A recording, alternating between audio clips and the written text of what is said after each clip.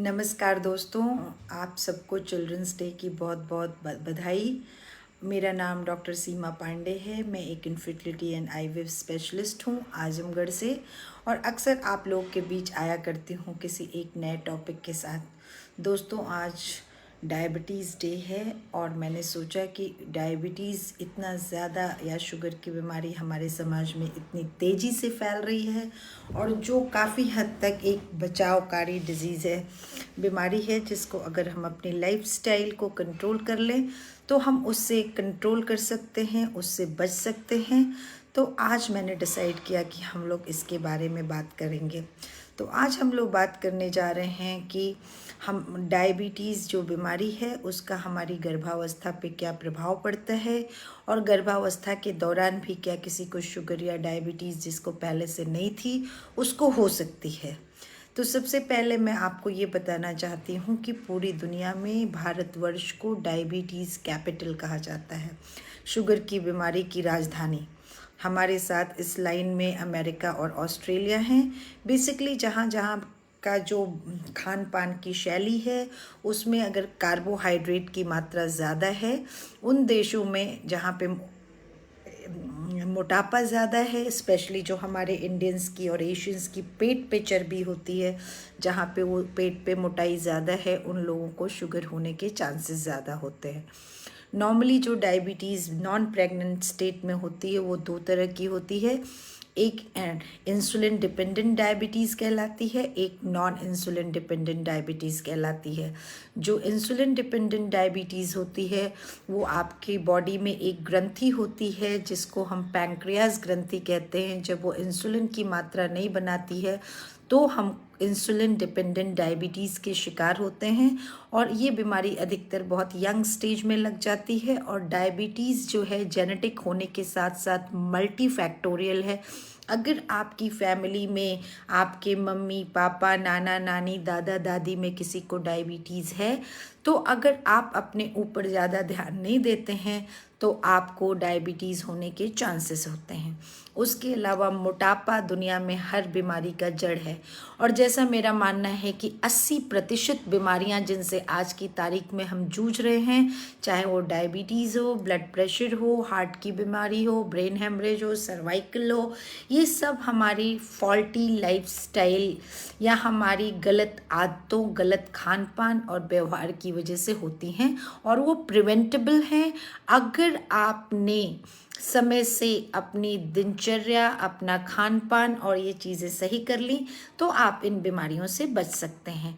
जब जब हम अपनी दिनचर्या को डिस्टर्ब करते हैं या कोई ऐसी चीज़ करने की कोशिश करते हैं जो नेचर ने हमारे लिए नहीं बनाया, और हम ब्लाइंडली किसी भी सभ्यता को फॉलो करने लगते हैं, तो हम बहुत सारी बीमारियों को शिकार हो जाते हैं। इवन मानसिक रोग उसमें एक होता है। तो हम बात कर रहे हैं गर्भावस्था के दौरान डायबिटीज़ की। जब मैं शुरू में यहाँ पे प्रैक्टिस में आई थी तो पहले 10 साल में मुझे शायद ही कोई मरीज़ मिलता था जिसको प्रेगनेंसी के दौरान शुगर होती थी, जिसको हम जेस्टेशनल डायबिटीज़ कहते हैं। जेस्टेशन माने प्रेगनेंसी। लेकिन आज की तारीख में ऐसा है कि मेरी ओपीडी में 8 से 10 पेशेंट ऐसे हैं जिनको फ्रैंक जेस्टेशनल डायबिटीज़ मेलाइटिस होता है, या वो पहले से डायबिटिक होते हैं, उनका कंट्रोल ठीक नहीं होता है और वो डायबिटीज़ प्रेगनेंसी में कंटिन्यूड होती है। चूँकि मेरी क्लिनिक एक तरह से पीसीओ क्लिनिक हो गई है, पॉलीसिस्टिक ओवेरियन सिंड्रोम या डिजीज़ की क्लिनिक, तो मेरे 90% से ज़्यादा पेशेंट जो होते हैं वो उसी बीमारी से शिकार होते हैं। तो उनको डायबिटीज़ होने के चांसेस बाकी लोगों से 6 से 10 गुना ज़्यादा होते हैं, और फैमिली हिस्ट्री अगर पॉजिटिव है तो वो 100% हो जाते हैं। तो जब भी मैं इन लोगों के इनफर्टिलिटी ट्रीटमेंट करती हूँ तो उनको मैं ये चीज़ें समझाती रहती हूँ। कुछ दवाएं, कुछ चीज़ें परहेज़ में बताती हूँ तो पेशेंट बार बार आके मुझसे पूछता है, मैडम क्या मेरे को शुगर है जो आपने मुझे ये चीज़ें परहेज़ करने के लिए बोल दिया है।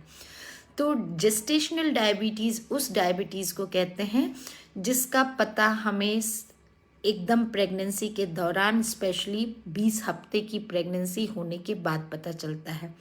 उसको हम जेस्टेशनल डायबिटीज़ कहते हैं। और अच्छी खबर ये है कि ज़रूरी नहीं है कि आपको प्रेगनेंसी में डायबिटीज़ है तो आप आगे चल के भी डायबिटिक होंगे या रहेंगे। लेकिन चौंकाने वाली खबर ये है कि आज की तारीख में 6 लाख से ज़्यादा महिलाएं हमारे देश में इस किसी भी पॉइंट ऑफ टाइम पे जेस्टेशनल डायबिटीज़ से पीड़ित हैं। और यकीन मानिए ये फिगर सही फिगर नहीं है, ये एक टिप ऑफ आइसबर्ग है जो हमें दिखाई पड़ रहा है। पता नहीं अगर ये 6 लाख है तो ये 24 होगा कि 40 होगा, इसका हमें पता नहीं है, क्योंकि हर व्यक्ति डॉक्टर के पास नहीं जाता है प्रेगनेंसी में, हर आदमी का चेकअप नहीं होता। तो कौन से वो लोग हैं जिनको प्रेगनेंसी के दौरान डायबिटीज़ होने के खतरे हैं, मतलब वो रिस्क फैक्टर्स क्या हैं, पहले हम लोग उसके बारे में डिस्कस करते हैं। तो सबसे बड़ा रिस्क फैक्टर है आपका मोटापा, आपका फॉल्टी लाइफस्टाइल, आप रात भर जगते हैं, दिन भर सोते हैं, बहुत तनाव लेते हैं, आपका बॉडी वेट बहुत ज़्यादा है, स्पेशली आपके पेट पे बहुत ज़्यादा चर्बी है, और प्रेगनेंसी के पहले आपने अपने को इन चीज़ों पे ध्यान नहीं दिया, इनको घटाया नहीं, तो आपको जेस्टेशनल डायबिटीज़ होने के संभावना है। दूसरा, आपको ऑलरेडी डायबिटीज़ है जो कि बहुत अच्छे से कंट्रोल नहीं है, तो आपको प्रेगनेंसी के दौरान डायबिटीज़ रहेगी। तीसरा, मैंने आपको बताया कि जैसे जो पॉलीसिस्टिक ओवेरियन सिंड्रोम पेशेंट हैं, इनको डायबिटीज़ होने की संभावना ज़्यादा होती है प्रेगनेंसी के दौरान। तो ये तो रिस्क फैक्टर्स हो गए। Genetic factor directly gestational diabetes तो नहीं देता है, लेकिन ये देखा गया है कि अगर फैमिली हिस्ट्री या आपको इसके पहले की प्रेगनेंसी में डायबिटीज़ हुई थी तो इस बार होने के चांसेस ज़्यादा हैं।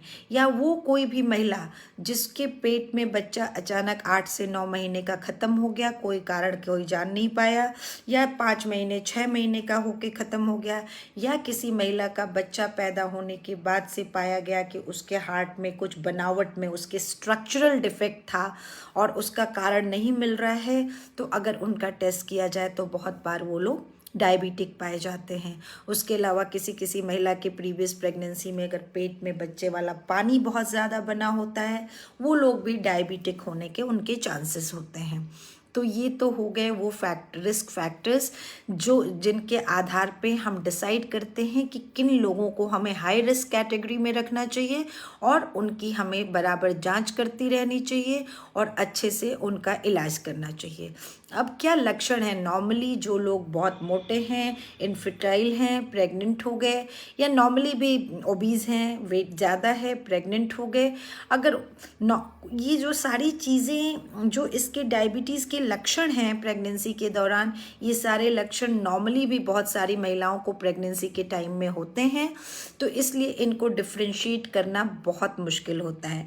लेकिन किसी को अगर बार बार फंगल इन्फेक्शन होता है, मुंह में छाले पड़ जाते हैं, बच्चेदानी के रास्ते में छाले पड़ते हैं, खुजली होती है, वहाँ इचिंग होती है, पेशाब करने के बाद जलन होती है, तो फ्रीक्वेंट जिनको फंगल इन्फेक्शन होता है उनको मैं सलाह देती हूँ, चाहे वो प्रेग्नेंट हों या ना प्रेग्नेंट हों, कि भाई आप अपनी हर 6 महीने पे शुगर की एक स्पेशल जांच, ग्लूकोज टॉलरेंस टेस्ट या HbA1c कराया कीजिए, क्योंकि नॉर्मल ब्लड शुगर फास्टिंग और पीपी के द्वारा शुगर की पहचान तब होती है जब वो आपकी बॉडी में पूरी तरह से स्टैब्लिश हो जाता है।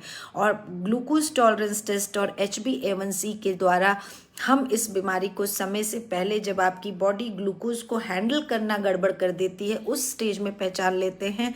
वो स्टेज है जहाँ पे आप प्रिवेंट कर सकते हैं, इसको कंट्रोल कर सकते हैं अपनी लाइफस्टाइल, अपने खान पान की शैली में बदलाव करके। तो किसी को बार बार यूरिन में इन्फेक्शन हो रहा हो, किसी को बार बार फंगल इन्फेक्शन हो रहे हो, बहुत ज़्यादा भूख लग रही हो, बहुत ज़्यादा प्यास लग रही हो, मुंह सूख रहा हो, ऐसा नेचुरली भी नॉर्मली भी प्रेगनेंसी में हो जाता है। तो ये लक्षण अगर ज़्यादा हो रहे हो तो उनको अपने डॉक्टर से सलाह लेकर के अपनी शुगर की जांच जरूर करनी चाहिए। उसके अलावा ये, और जैसी मैंने हिस्ट्री बताई कि अगर आपके साथ ऐसी कोई दुर्घटना हो गई है कि आपको पहले बच्चा पेट में अचानक पता नहीं चला, ख़त्म हो गया, या बार बार मिसकैरेजेस हो रहे हैं, तो आपको अपना शुगर टेस्ट कराना बहुत ज़रूरी है। अब उसके बाद से हमारा इंडियन डायबिटीज़ एसोसिएशन और इंटरनेशनल डायबिटीज़ एसोसिएशन ने प्रेग्नेंट महिलाओं में शुगर की जांच बहुत फ्रीक्वेंट करने की सलाह दी है। तो इसलिए जब कभी भी कोई महिला हमारे पास आती है और वो प्रेग्नेंट होती है तो 3 महीने के अंदर नॉर्मली तो पहली ही विजिट में हमको एक ग्लूकोज चैलेंज टेस्ट होता है, जिसके लिए आपको भूखा रहने की ज़रूरत नहीं होती है।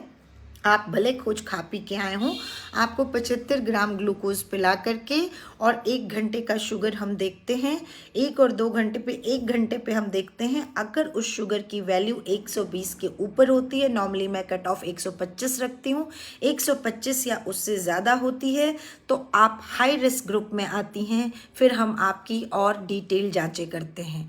उसके अलावा फिर हम 20 हफ्ते पे और 28 हफ्ते पे, ये जो 2 टाइम है, इस वक्त जेस्टेशनल डायबिटीज़ के शुरू होने के या पहली बार पता होने के चांसेस ज़्यादा होते हैं। तो ये रेकमेंडेड है, मैंडेटरी है कि आपका पहला टेस्ट पहले 3 महीने में हो गया, बहुत अच्छा है, वरना 20 हफ्ते पे और 28 हफ्ते पे एक ग्लूकोज टॉलरेंस टेस्ट या HbA1c या ग्लूकोज चैलेंज टेस्ट आपका ज़रूर होना चाहिए। मेरे वो पेशेंट जो पॉलीसिस्टिक ओवेरियन सिंड्रोम या डिजीज़ से शिकार हैं, उनका ग्लूकोज टॉलरेंस टेस्ट मैं वैसे भी नॉर्मली करती हूँ, और अगर उनकी दवा चल रही होती है, वो अक्सर मेटफॉर्मिन या मायोआइनोसिटोल नाम की दवाई पे रहते हैं, तो प्रेगनेंसी के बाद मैं तब तक कंटिन्यू करती हूँ जब 3 महीना होता है।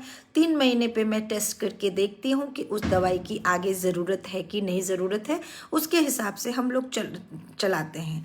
तो अब यहाँ पे बात आती है कि नॉर्मल शुगर आपका कितना होना चाहिए। कई बार पेशेंट आके कहता है, मैडम आप मुझे शुगर की दवा क्यों चला रहे हैं, मेरा शुगर तो 110 है, मेरा शुगर 120 है। तो मैं आपको बताना चाहती हूँ कि प्रेगनेंसी में जो नॉर्मल फास्टिंग शुगर है वो 100 के नीचे रहनी चाहिए, स्पेशली 95 के नीचे रहनी चाहिए। और आप ये समझिए कि शुगर एक ऐसी बीमारी है जो आपके और आपके बच्चे दोनों के ऊपर बहुत ज़्यादा प्रभाव डालती है। तो इसलिए हम इसका स्ट्रिक्ट कंट्रोल करना चाहते हैं। तो हम आपकी जो फास्टिंग शुगर है 95 है या उसके नीचे है, तो हम उसको बिल्कुल अच्छा मानते हैं। खाने के बाद 1 घंटे के बाद का, जैसे मैंने बताया, ग्लूकोज पीने के बाद 120 या उससे नीचे, 2 घंटे के बाद का 140 या उससे नीचे होता है, तो उस शुगर को हम नॉर्मल मानते हैं। इसी तरह HbA1c एक जांच होती है जो आपकी बॉडी शुगर को कैसे हैंडल कर रही है लास्ट 3 वीक्स टू 3 मंथ्स में, उसकी जानकारी देता है। उसकी एक रेंज होती है नंबर में, जो इंडियन पॉपुलेशन के लिए 5.8 के ऊपर कुछ भी होता है उसको हम प्री डायबिटीज़ मानते हैं, 6 के ऊपर चला जाता है तो उसको हम डायबिटीज़ मानते हैं। वो HbA1c का फ़ायदा ये है कि उसको हमको जो नॉर्मली ग्लूकोज टॉलरेंस टेस्ट करते हैं उसमें 75 ग्राम ग्लूकोज पिला के हम आपका 4 बार ब्लड निकालते हैं, फास्टिंग लेके 5 बार। तो कई लोग इतनी देर भूखे नहीं रह सकते और वो एकदम खाली पेट जांच होती है, इतनी बार ब्लड नहीं निकलवाना चाहते हैं, प्रिक नहीं कराना चाहते हैं, तो उन लोगों के लिए HbA1c बहुत अच्छा टेस्ट है। और HbA1c टेस्ट और GTT ऑलमोस्ट इक्विवेलेंट हैं हमको जानने में मदद करने के लिए कि आपकी बॉडी शुगर को कैसे हैंडल कर रही है। तो ये जांच जो है हम लोग करते हैं और करानी चाहिए। अगर आपका डॉक्टर ये लिखता है तो आपको बिल्कुल भी उसमें आनाकानी नहीं करनी चाहिए और अपने बच्चे के लिए ये जांच जरूर कराना चाहिए। पहले अधिकतर होता क्या है कि हमारे समाज में और जो हमारी कंट्री है वो इतनी रिच कंट्री नहीं है, तो हम बेसिक इन्वेस्टिगेशंस पे ध्यान देते हैं। रैंडम ब्लड शुगर से कभी भी शुगर का ठीक से पता नहीं चलता है, इसीलिए हमने ये रेकमेंड किया कि 75 ग्राम ग्लूकोज पिला के ग्लूकोज चैलेंज टेस्ट अगर हम पहली बार करते हैं, उसकी डिरेंजमेंट के हिसाब से हम लोग आगे उसको फॉलो करते हैं। अब बात आती है कि अगर आपका शुगर कंट्रोल नहीं है तो आखिर आपकी बॉडी में ऐसा क्या होगा। तो आपको मैं बता दूं कि वो लोग जो प्रेगनेंसी के पहले से ही डायबिटिक हैं और जिनको डायबिटीज़ मेलाइटस, चाहे वो इंसुलिन डिपेंडेंट हो या इंसुलिन नॉन डिपेंडेंट हो है, तो एक प्री कंसेप्शनल काउंसलिंग वर्ड होता है, या जैसे आजकल मेरे बहुत सारे पेशेंट बहुत पढ़े लिखे और समझदार हो चुके हैं, वो लोग जब भी प्रेगनेंसी प्लान करते हैं वो मेरे पास आते हैं, मुझसे कहते हैं कि मैडम अब हम लोग बेबी करना चाहते हैं और हम देखना चाहते हैं कि हमारे अंदर चीज़ें कैसी हैं। तो ये बहुत अच्छी चीज़ है। आपको उस प्री प्रेगनेंसी टाइम में जब आपने प्रेगनेंसी एक बार प्लान किया, उस वक्त आपको अपना ये ग्लूकोज चैलेंज टेस्ट या ग्लूकोज टॉलरेंस टेस्ट, अगर आप हाई रिस्क ग्रुप में हैं या आपका वजन ज़्यादा है, जो हम BMI निकालते हैं, आपका वजन आपके हाइट के हिसाब से होना चाहिए। एक आदमी 50 किलो के वजन पे ओवरवेट कहला सकता है, दूसरा आदमी 50 के वेट पे नॉर्मल वेट या अंडरवेट हो सकता है। तो ये आपकी हाइट पे डिपेंड करता है। तो उसके लिए हम आपकी वेट को जब आपके हाइट से डिवाइड करते हैं या भाग देते हैं, तो जो संख्या आती है उसको हम आपका बॉडी मास इंडेक्स कहते हैं, और उसी के अकॉर्डिंगली हमारी दवाओं की डोज, हमारा सारा मैनेजमेंट निर्भर करता है।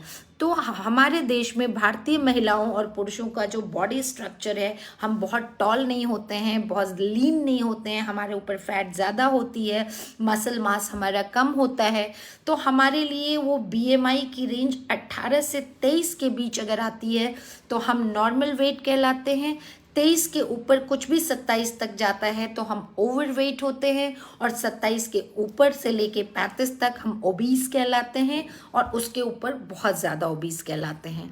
तो सबसे इम्पॉर्टेंट और जो चीज़ के लिए आपको किसी जांच की ज़रूरत नहीं है, वो आपको देखना है कि अगर आपका बॉडी वेट नॉर्मल से ज़्यादा है, तो आप अगर प्रेगनेंसी प्लान कर रहे हैं तो उसके पहले आपको कोशिश करना चाहिए कि अपना वेट थोड़ा सा कम कर लें। और जैसे मैंने बताया कि शुगर डायबिटीज़ या शुगर जो होती है, इसकी ओरिजिन, इसको होने का कारण मल्टी फैक्टोरियल होता है, इसका जेनेटिक प्रीडिस्पोजिशन होता है। तो अगर आपकी फैमिली में आपके पेरेंट्स, ग्रैंड पेरेंट्स, किसी को भी शुगर है, तो आपको अपना शुगर चेक कराना चाहिए, अपने बॉडी वेट को कंट्रोल में रखना चाहिए, अपनी डाइट को बहुत हेल्थी रखना चाहिए, जंक फूड नहीं खाना चाहिए, प्रोसेस्ड फूड नहीं ज़्यादा खाना चाहिए, जिससे वो कंट्रोल में रहे। स्पेशली अगर आप प्रेगनेंसी प्लान कर रहे हैं तो आपको अपना शुगर टेस्ट करा करके, अगर आपको कोई भी रिस्क फैक्टर है तो इन चीज़ों की जानकारी लेनी चाहिए। फॉलिक एसिड के साथ साथ आपको अपने खाने में जितने भी वो शुगर हैं जो आसानी से पच जाते हैं, आसानी से, मैं कहती हूँ जो जीभ पे रखते ही बहुत सॉफ्ट हो, मुलायम हो, तुरंत अंदर चला जाए, वो सब गड़बड़ होता है। जिसको खाने के लिए मेहनत करनी पड़े, जिसको पचाने में भी आपकी एनर्जी लगे, वही शुगर अच्छी होती है। कॉम्प्लेक्स, फाइब्रस, जैसे साग है, सबको अच्छा ही नहीं लगता है क्योंकि साग के अंदर बहुत ज़्यादा फाइबर होता है। हमारे सैलड हैं,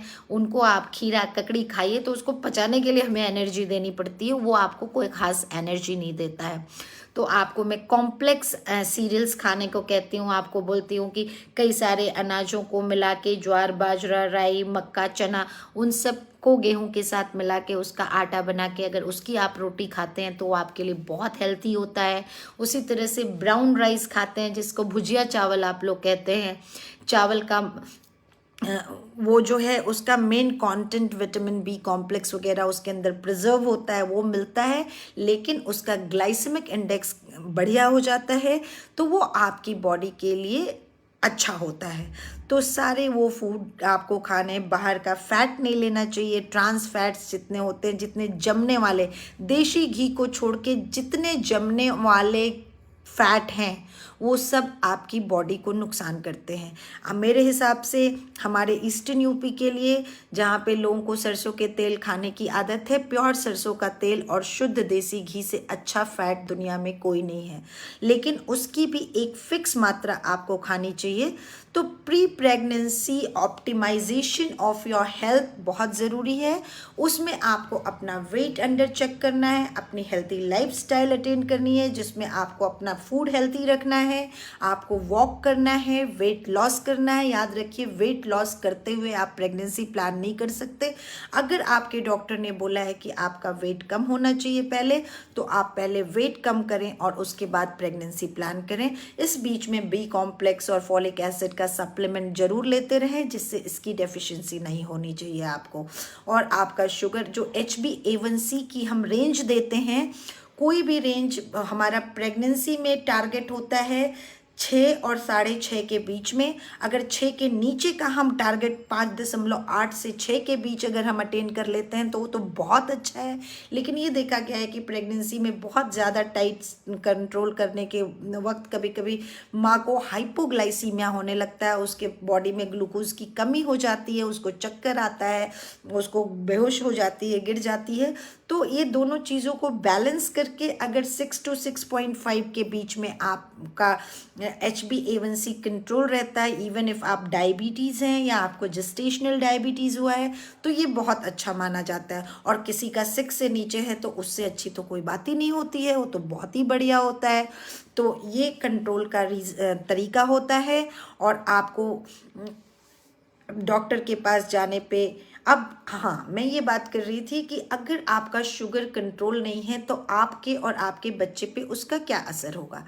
अगर आपका शुगर कंट्रोल नहीं है और आप प्रेग्नेंट हो जाती हैं, ये देखा गया है कि अगर आपको पहले से डायबिटीज़ है या पॉलीसिस्टिक ओवेरियन डिजीज़ है या आपको जेस्टेशनल डायबिटीज़ 24 हफ्ते प्रेगनेंसी के पहले शुरू हो गई, तो आपके समय से पहले प्रेगनेंसी दर्द लेबर में जाने के, प्री टर्म डिलीवरी होने के चांसेस बढ़ जाते हैं।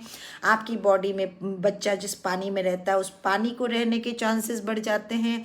इन्फेक्शन बार बार रिकरेंट UTI वगैरह होने के चांसेस बढ़ जाते हैं।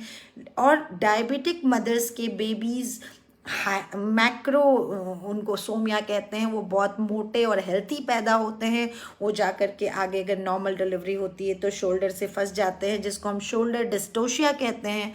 तो उसको बचाने के लिए आपके ऑपरेशन द्वारा डिलीवरी होने के चांसेस बढ़ जाते हैं। तो एक रिस्क फैक्टर में ये भी फैक्टर है कि अगर किसी माँ को बहुत ही हेल्थी 5 किलो, 4.25 किलो, 4.5 किलो के बच्चे पैदा होते हैं तो ये बहुत अच्छा नहीं है। बच्चे का वेट माँ और बाप के हिसाब से ही होना चाहिए। आप ये मत सोचिए कि आपको 5 किलो का बच्चा हुआ तो ये बहुत अच्छा है। ये हो सकता है कि आपको डायबिटिक आप रही हों और किसी ने आपको डायग्नोस ना किया हो और ईश्वर की कृपा से सब कुछ आपका अच्छा चल रहा है। उसके अलावा आपको मिसकैरेज होने के चांसेस होते हैं। बच्चे में सर का, स्पाइनल कॉर्ड का, रीढ़ की हड्डी और सर में तरह तरह की जो कॉन्जेनाइटल एनामलीज होती हैं, जिनको हम न्यूरल ट्यूब डिफेक्ट कहते हैं, उनके होने के चांसेस बढ़ जाते हैं। कॉर्डल रिग्रेशन सिंड्रोम एक होता है, जो कि आपकी जो रीढ़ की हड्डी की पूंछ वाली बोन होती है, टेल बोन, उसमें कुछ गड़बड़ी हो जाती है। उसके अलावा आपके बच्चे में, जैसे मैंने बताया, कि उसके हार्ट की बनावट में स्ट्रक्चरल डिफेक्ट होने के चांसेस होते हैं। पॉलीहाइड्रोएमनियोस कहते हैं, जो ज़्यादा पानी हो जाता है। उसके अलावा miscarriage, sudden intrauterine fetal demise और डेथ, ये सारे कॉम्प्लिकेशन हैं जो माँ को, उसके साथ साथ ये माएँ जो डायबिटिक होती हैं, इनको हाइपरटेंशन या प्रेगनेंसी इंड्यूस्ड हाइपरटेंशन होने के भी चांसेस बढ़ जाते हैं। तो ये सारे कॉम्प्लिकेशंस हैं। तो अगर आप किसी महिला का जो प्रेगनेंसी में गई और उस वक्त उसका HbA1c 10 या 11 था, तो उसका ये चांस होने का 10 से 15% बढ़ जाएगा। जैसा मैंने आपको बताया कि ये ज़रूरी नहीं है कि अगर आपको जेस्टेशनल डायबिटीज़ है तो आगे चल के भी डायबिटिक आप होंगे। लेकिन इंडियन पॉपुलेशन में ये देखा जा रहा है कि 70 से 75% पेशेंट्स जो जेस्टेशनल, जिनको डायबिटीज़ हुई लेटर एज में, वो पहले उनको जेस्टेशनल डायबिटीज़ हुई थी। तो हमारी जो पॉपुलेशन है वो शुगर को बिल्कुल डिफरेंट तरीके से रिस्पॉन्ड कर रही है इस बीमारी को दैन अमेरिकन, यूरोपियन, ऑस्ट्रेलियन या किसी और पॉपुलेशन के। तो आपको ये ध्यान रखने की ज़रूरत है कि आप इसको कंट्रोल कर सकते हैं। इसका 50% कंट्रोल आपके हाथ में है। आप अपने खान पान, रहन सहन में ध्यान दें और बदलाव ले आएं, तो हो सकता है कि आपको ये डायबिटीज़ हो ही ना, और हो तो उसकी तीव्रता इतनी ज़्यादा ना हो कि आपके या आपके बच्चे के स्वास्थ्य पे इसका असर पड़े। अब इसका इलाज क्या है? तो डायबिटीज़ का इलाज, जितनी भी डायबिटीज़ एक लाइफस्टाइल डिजीज़ है और लाइफस्टाइल डिजीज़ का इलाज लाइफस्टाइल मॉडिफिकेशन होता है। तो शुगर या डायबिटीज़ का फर्स्ट लाइन ट्रीटमेंट जो होता है वो है लाइफस्टाइल मॉडिफिकेशन, जो आप अपने खाने में सुधार करके बदलाव करके कर सकते हैं। हेल्थी ईटिंग जैसे मैंने आपको बताया कि आपके खाने में जितना ही कॉम्प्लेक्स कार्बोहाइड्रेट होगा, जो आपकी थाली है उसमें 40% से ज़्यादा कार्बोहाइड्रेट ना हो, 20 से 25% प्रोटीन हो। प्रोटीन हमको दाल से मिलती है, राजमा से, छोले से, चने से, जितनी तरह की दालें होती हैं, पनीर से मिलती है, दूध से मिलती है, दही से मिलती है, चिकन, मटन, एग, ये सब पनीर, ये सब प्रोटीन होते हैं। और 20% तक फैट होनी चाहिए। फैट होती है तेल, घी, और बाकी जो भी आप बादाम खाते हैं, अखरोट खाते हैं, उसमें भी एक ऑयल होता है, मूंगफली खाते हैं उसमें भी फैट होती है, लेकिन वो हेल्थी फैट होती है। तो आपकी जो प्लेट है उस प्लेट में आधा प्लेट आप सैलड रखें। सैलड में कुछ तरह के पत्ते मिलाएं, उसके साथ साथ आप जो है जितना भी खीरा, ककड़ी, टमाटर, मूली, गाजर वो मिला सकते हो वो खाइए। कोई हरी सब्जी लीजिए, उसके साथ आपको जो भी टेस्ट के लिए सब्जी खानी है वो खाइए। मैं ये कहती हूँ कि एक बार में रोटी की मात्रा 2 से ज़्यादा मत रखिए, चावल 1 कटोरी से ज़्यादा मत खाइए, और फ्रीक्वेंट ईटिंग करिए। ये ध्यान रखिए कि आपका जितना भी प्लैटर है, जितनी बार भी आप नाश्ता या खाना खा रहे हैं, उस प्लैटर में कार्बोहाइड्रेट, प्रोटीन, फैट की उचित मात्रा का बैलेंस होना चाहिए। और जिनको डायबिटीज़ है उनको कोई भी तरह का व्रत नहीं रखना चाहिए, और पानी दे दो, व्रत नहीं रखना चाहिए। हर फ्रीक्वेंट 3 से 4 घंटे पे उनको कुछ खाते रहना चाहिए। जो लोग शुगर की दवाइयाँ खा रहे हैं उन लोगों को अपने पास हमेशा चॉकलेट, गुड़ या चीनी, कुछ ऐसी चीज़ रखनी चाहिए कि अचानक अगर उनका शुगर डाउन होता है, उनको पसीना आने लगता है, उनको चक्कर आने लगता है, तो उसको उन्हें तुरंत खा लेना चाहिए। ये तो हो गई सिम्टम्स की बात। और इन मरीजों को अपने डॉक्टर से कांस्टेंट टच में रहना चाहिए। जब वो प्रेग्नेंट हैं तो अपना एंटी स्कैन, एक 3 महीने पे बच्चे का अल्ट्रासाउंड होता है, जो बच्चे की मानसिक विकलांगता को देखने के लिए किया जाता है। उसके साथ साथ माँ में आगे चल कर के ब्लड प्रेशर वगैरह बढ़ने की संभावना तो नहीं है, इसकी भी जानकारी मिलती है। वो जांच जरूर कराना चाहिए। 5th मंथ में एनॉमली स्कैन, और अगर पॉसिबल हो तो 6 मंथ 24 से 26 हफ्ते के बाद बीच में एक फीटल इको, जो बच्चे के हार्ट की जांच होती है, एक स्पेशल जांच होती है, वो जो सब जगह नहीं होती है, उसको कराना चाहिए। और अपना शुगर 20 हफ्ते और 28 हफ्ते पे तो जरूर ही नपवाना चाहिए। और अपने खाने में आपको, जब मैं वजन बढ़ाने के लिए खाना कहती हूँ बढ़ाने के लिए, तो मैं हमेशा यही कहती हूँ कि आपको अपनी खुराक चावल रोटी से नहीं बढ़ानी है। थोड़ा फल की मात्रा बढ़ाइए, थोड़ा दूध की मात्रा बढ़ाइए, थोड़े ड्राई फ्रूट्स 4-4 दाने मिला करके रख दीजिए, उसको दिन भर में खा लीजिए। इन चीज़ों से आप अपनी अगर खुराक बढ़ाते हैं, और थोड़ा सा वॉक करते हैं, कुछ योगा मेडिटेशन करते हैं, कुछ रिलैक्सिंग सूदिंग म्यूज़िक सुनते हैं, खुश रहते हैं, तो यकीन मानिए डायबिटीज़ से कोई भी प्रॉब्लम नहीं होगी। अगर आप, पहली बात तो डायबिटीज़ आपको होगी नहीं, और अगर हो गई तो वो वेल कंट्रोल रहेगी, आपको और आपके बच्चे पे कोई भी गलत प्रभाव नहीं डालेगी। तो ये तो हो गई डायबिटीज़ के बारे में बात। मुझे लगता है कि ऑलमोस्ट मैंने सब कुछ कवर कर लिया। उसके बाद से जब आपको डिलीवरी हो जाती है, डिलीवरी के लिए मैंने बताया कि ये जो डायबिटिक मदर के बच्चे होते हैं ये वेट में ज़्यादा होते हैं, तो इसलिए इन लोगों को सिजेरियन डिलीवरी की ज़रूरत होती है, वरना कभी कभी कंधा फंस जाता है और बच्चा वहीं पे ख़त्म हो जाता है हमारी आंखों के सामने, और हम कुछ नहीं कर पाते हैं। तो आजकल अल्ट्रासाउंड और सब कुछ इतना एडवांस हो गया है कि उसके द्वारा हमको पहले से एक्सपेक्टेड बेबी वेट पता चल जाता है, और माँ का पेल्विस, उसकी हड्डियों को एग्जामिन करके हम डिसाइड कर लेते हैं कि इनको नॉर्मल लेबर के लिए छोड़ना चाहिए कि नहीं छोड़ना चाहिए।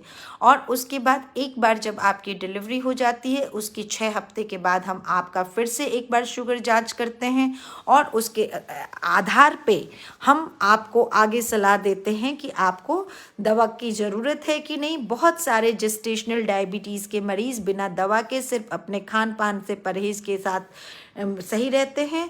सेकेंड लाइन ट्रीटमेंट में इंसुलिन आता है।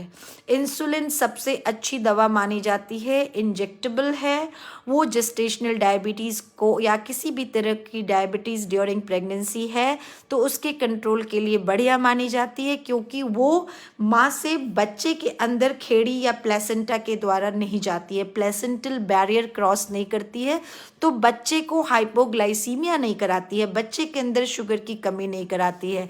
लेकिन आजकल ये हम लोगों ने लेटेस्ट स्टडी में ये पाया गया है कि मेटफॉर्मिन नाम की जो दवा है, जो दवाई बेसिकली आपकी बॉडी को शुगर को पचाने के लिए इंसुलिन सेंसिटिव बनाती है, वो दवा भी बहुत अच्छा काम करती है। और ये देखा गया है कि जो पेशेंट्स मेटफॉर्मिन नाम की दवाई पे रहते हैं उनके बच्चे लार्ज फॉर जेस्टेशनल एज या मैक्रोसोमिक कम होते हैं, उनकी प्रेगनेंसी फुल टर्म तक ज़्यादा पहुंचती है। तो कई बार डॉक्टर आपको इंसुलिन और मेटफॉर्मिन दोनों एक साथ प्रिस्क्राइब करते हैं। मेरी पेशेंट्स अधिकतर मैं उनको मेटफॉर्मिन पे रखती हूँ जब तक कि शुगर बहुत आउट ऑफ कंट्रोल नहीं चला जाता है, कोई लाइफस्टाइल अपना नहीं मैनेज कर पाता है या कोई रिस्क फैक्टर नहीं होता है।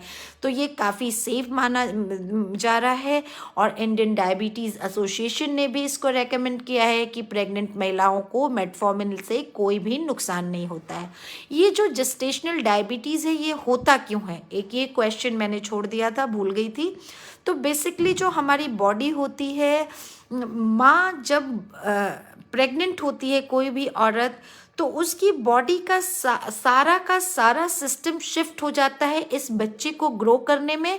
और सबसे पहले इस बच्चे को माँ की बॉडी द्वारा एक्सेप्ट कराने में, उसमें माँ को बहुत सारे कॉम्प्रोमाइजेज होते हैं। माँ के शरीर में जो इंसुलिन नाम का हार्मोन है, माँ का शरीर उस इंसुलिन नाम के हार्मोन की बात मानना बंद कर देता है, कम कर देता है, जिसको हम इंसुलिन रेजिस्टेंस कहते हैं। जो मेरे पेशेंट पॉलिसिस्टिक ओवेरियन डिजीज और सिंड्रोम वाले हैं, या जो मेरे वो श्रोता है जो मेरी बातें रेगुलरली सुनते हैं, उनको पता है कि पॉलिसिस्टिक ओवेरियन सिंड्रोम के पेशेंट्स का शरीर इंसुलिन नाम के हार्मोन की बात नहीं मानता है। इसलिए जो भी हम शुगर या ग्लूकोज खाते हैं, हमारी बॉडी उसको पचा करके तुरंत हमें ऊर्जा नहीं दे पाती है या फालतू का उसका स्टोरेज नहीं करा पाती है, और वो चर्बी के में कन्वर्ट होकर के हमारी बॉडी में इकट्ठा होने लगता है। तो जिस वक्त माँ प्रेग्नेंट होती है, सारा फोकस होता है कि ज़्यादा से ज़्यादा और अच्छी से अच्छी चीज़ें सब माँ से बच्चे को मिलें। तो माँ की बॉडी कॉम्प्रोमाइज स्टेट में होती है, उसको हम इम्यूनो कॉम्प्रोमाइज स्टेट कहते हैं। और उस स्टेट में ये इंसुलिन रेजिस्टेंस नेचुरली होती है। और जो लोग मोटे होते हैं, पॉलिसिस्टिक ओवेरियन डिजीज़ के शिकार होते हैं, प्रीवियस हिस्ट्री ऑफ डायबिटीज़ होती है, डिरेंज ग्लूकोज टॉलरेंस टेस्ट, मतलब जिन लोग की बॉडी ग्लूकोज को ठीक से हैंडल नहीं करती है, उनको इस इंसुलिन रेजिस्टेंस के साथ उनकी बॉडी भी इंसुलिन रेजिस्टेंट और ज़्यादा होती है, सब मिल करके आपको इतना ज़्यादा गड़बड़ कर देते हैं कि आप जेस्टेशनल डायबिटीज़ का शिकार हो जाते हैं। तो यहाँ पे मैं चैट लाइन में कुछ क्वेश्चन शायद आ रहे हैं, ज़रा मैं उसको देखने की कोशिश कर रही हूँ लोग क्या पूछ रहे हैं। तो मैं कोशिश करूँगी कि उन क्वेश्चंस का आंसर आपको दे पहुँचाए।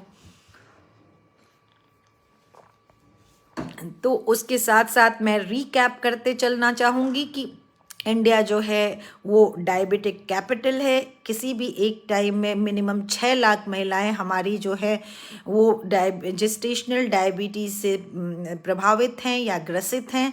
और इसका कंट्रोल अगर आप जो है प्रेगनेंसी से पहले अपना चेकअप कराते हैं, अपने बॉडी को ठीक से हेल्दी रखते हैं, हेल्दी लाइफस्टाइल का चुनाव करते हैं, तो आपको ये डायबिटीज़ नहीं होगी और आपका बच्चा और आप बिल्कुल स्वस्थ रहेंगे। किसी ने पूछा है कि प्रेगनेंसी में यूरिन इन्फेक्शन से कैसे बचें। प्रेगनेंसी के दौरान जैसा मैंने बताया कि आपकी बॉडी का रेजिस्टेंस वीक होता है, आप इम्यूनो कॉम्प्रोमाइज स्टेट में होते हैं। कोविड के ज़माने में सबने इम्यूनिटी वर्ड काफ़ी सुन लिया है। इम्यूनिटी हमारी किसी भी रोग से लड़ने की क्षमता होती है, चूँकि वो नीचे हो जाती है तो इसलिए हमारी बॉडी में बार बार इन्फेक्शन होने की संभावना होती है। अगर हम राइट फूड खाते हैं, अगर हम पानी की मात्रा 3 लीटर से ऊपर रखते हैं, 3 से 4 लीटर पानी पीते हैं और अपनी प्रॉपर साफ़ सफाई करते हैं और अपने खाने में समुचित मात्रा में एसिड एल्कलाइन चीज़ें जैसे संतरा हो गया, नींबू हो गया, विटामिन सी रिच फूड खाते हैं, तो हमारे को यूरिन इन्फेक्शन ज़्यादा नहीं होता है। वो लोग जो पहले से यूरिन इन्फेक्शन से ग्रसित रहते हैं और वो अगर प्रेगनेंसी में कंटिन्यू हो जाता है तो ऐसे में वो इन्फेक्शन जल्दी जाता नहीं है और उससे बहुत ही ज़्यादा दिक्कत होती है। तो इसलिए आप लोग पानी ज़्यादा पीजिए, कोशिश कीजिए आपको यूरिनरी इन्फेक्शन ना हो, और उससे ज़्यादा हो तो उसको डॉक्टर से लेकर के प्रॉपर ट्रीटमेंट करा करके, जो आप 1-2 दिन दवाएं खा के बंद कर देते हैं वो थोड़े दिन के लिए ठीक हो जाता है, फिर उसके बाद दोबारा हो जाता है। निगहत राशिद पूछ रही हैं कि 2 ईयर से पीरियड बंद हैं, एज 31 है, क्या मुझे मेनोपॉज हो गया है, मतलब कि अभी पीरियड नहीं आएंगे? निगहत जी, आप 31 साल की हैं, आपको 2 साल से पीरियड नहीं आए हैं, तो इसका पता हम जांच द्वारा ही लगा सकते हैं कि आपको ये पीरियड चला गया है मेनोपॉज की तरह, या आपकी बॉडी में पॉलीसिस्टिक ओवेरियन सिंड्रोम है, या आपके यूट्रस के अंदर कोई इन्फेक्शन हो गया है। इसके लिए मुझे आपकी पूरी हिस्ट्री जानने की ज़रूरत होगी। 31 साल की उम्र में एमसी जाने के चांसेस कम होते हैं अनटिल अनलेस किसी की फैमिली हिस्ट्री होती है कम उम्र में एमसी जाने की, या वो प्री मैच्योर ओवेरियन फेलियर या मेनोपॉज में जाता है। उसके अलावा उससे कॉमन रीज़न सेकेंडरी एमेनोरिया का पॉलीसिस्टिक ओवेरियन डिजीज़ है। जब आपको एमसी 3 महीने से ज़्यादा दिन तक नहीं आती है तो इसको हम सेकेंडरी एमेनोरिया कहते हैं। और तीसरा कारण आपकी बच्चेदानी में टीबी या उस तरह से रिलेटेड कोई इन्फेक्शन हो जाता है जो बच्चेदानी की झिल्ली को खा जाए, तभी भी आपको पीरियड नहीं आता है। इसका बहुत सिंपल टेस्ट है, हम आपका एक हार्मोन टेस्ट करते हैं, उससे हमको काफ़ी कुछ आइडिया मिल जाता है, और अगर उसके साथ हम एक ट्रांसवेजाइनल अल्ट्रासाउंड कर लेते हैं तो हम लगभग 100% श्योर हो जाते हैं कि आपको क्या दिक्कत है, और हम आपको बता पाएंगे। अगर आप मेरे आजमगढ़ के आसपास कहीं की भी हों तो आप कभी भी सोमवार से शुक्रवार के बीच मेरे पास आ सकती हैं, दिखा सकती हैं। High blood pressure affected my kidney. My body is swelling, taking losartan 25 milligram but not getting well. रौनक मिश्रा जी, आपकी बॉडी में अगर स्वेलिंग हो रही है, आपकी किडनी का फंक्शन ठीक नहीं है, तो आपको अपने डॉक्टर से तुरंत मिलने की ज़रूरत है। कहीं आप रीनल फेलियर में तो नहीं जा रहे हैं, और उसका रीज़न क्या है ये जानना भी बहुत ज़रूरी है। एक हाई ब्लड प्रेशर होता है जिसमें रीनल आर्टरी स्टेनोसिस एक कंडीशन होती है, जिसमें आपकी किडनी की जो ब्लड वेसल्स हैं उनकी ब्लड सप्लाई उसकी डायमीटर कम होने की वजह से नहीं होती है, बहुत ज़्यादा रेजिस्टेंस होती है। उन लोग को बहुत ही ज़्यादा हाई ब्लड प्रेशर बहुत कम एज में शुरू हो जाता है, तो उन लोग को cardiologist and renal vascular disease specialist से मिलने की ज़रूरत होती है, और वो लोग उसका उचित इलाज आपको दे पाएंगे, मार्गदर्शन कर पाएंगे। अगर आप हमारे क्षेत्र के हैं तो आप आकर के मेरे हस्बैंड से एक बार मिलें और वो आपको सही सलाह दे पाएंगे। तो दोस्तों, आज के लिए इतना ही। जेस्टेशनल डायबिटीज़ कोई बहुत ही ख़तरनाक चीज़ नहीं है, लेकिन प्रिवेंटेबल है, आप इससे बच सकते हैं। सिर्फ आपको थोड़ा अपने शरीर पे, अपने खान पान पे ध्यान देना है, अपने लिए थोड़ा टाइम निकालना है। वो महिलाएं जिनको कभी भी अनएक्सप्लेन्ड बच्चा पेट में ख़त्म हो गया, या उनके बच्चे के सर में या रीढ़ की हड्डी में फोड़े जैसी कोई चीज़ हुई थी, न्यूरल ट्यूब डिफेक्ट, या उनके पेट में पानी बहुत ज़्यादा था, या वो शुगर से शिकार हैं, तो उनको प्रेगनेंसी प्लान करने से पहले अपना HbA1c GTT करा के आपको स्ट्रिक्ट ग्लूकोज कंट्रोल करने के बाद ही प्रेगनेंसी ट्राई करनी चाहिए। प्रेगनेंसी के टाइम कंटिन्यूसली डॉक्टर के टच में रहना चाहिए, अपना खान पान सुधारते रहना चाहिए, अपने ultrasound, anti scan, anomaly scan, और हो सके तो एक फीटल इको, और इसके साथ साथ according to the age and high risk आपको एक FMF double marker, quadruple marker का टेस्ट कराना चाहिए। अपना BP और वेट रेगुलरली मॉनिटर कराना चाहिए। अपना शुगर की जांच 20 हफ्ते 28 हफ्ते पे ज़रूर करानी चाहिए। और अगर ये सारी चीज़ों का आप पालन करेंगे, और जब आप गर्भवती हैं आप हेल्थी लाइफस्टाइल रखेंगी, तो आपका होने वाला बच्चा भी इस शुगर की बीमारी के प्रकोप से बच पाएगा। आज के लिए इतना ही। उम्मीद है कि मेरी ये बातें बातें आपको समझ आई होंगी, इनसे आपको कुछ फ़ायदा हुआ होगा। अगले हफ्ते हम लोग फिर मिलेंगे किसी टॉपिक के साथ यहीं पे। तब तक के लिए please take very good care of yourself. Good night, bye bye, love you all.